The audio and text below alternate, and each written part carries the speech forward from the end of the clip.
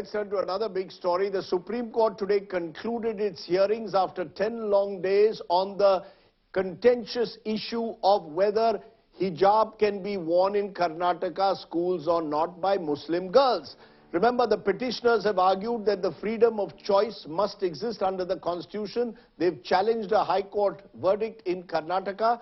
On the other hand, the Karnataka government insisted right through the hearings that wearing a hijab is not an essential practice in Islam, and education institutes must have the right to decide what is the dress code for any individual school.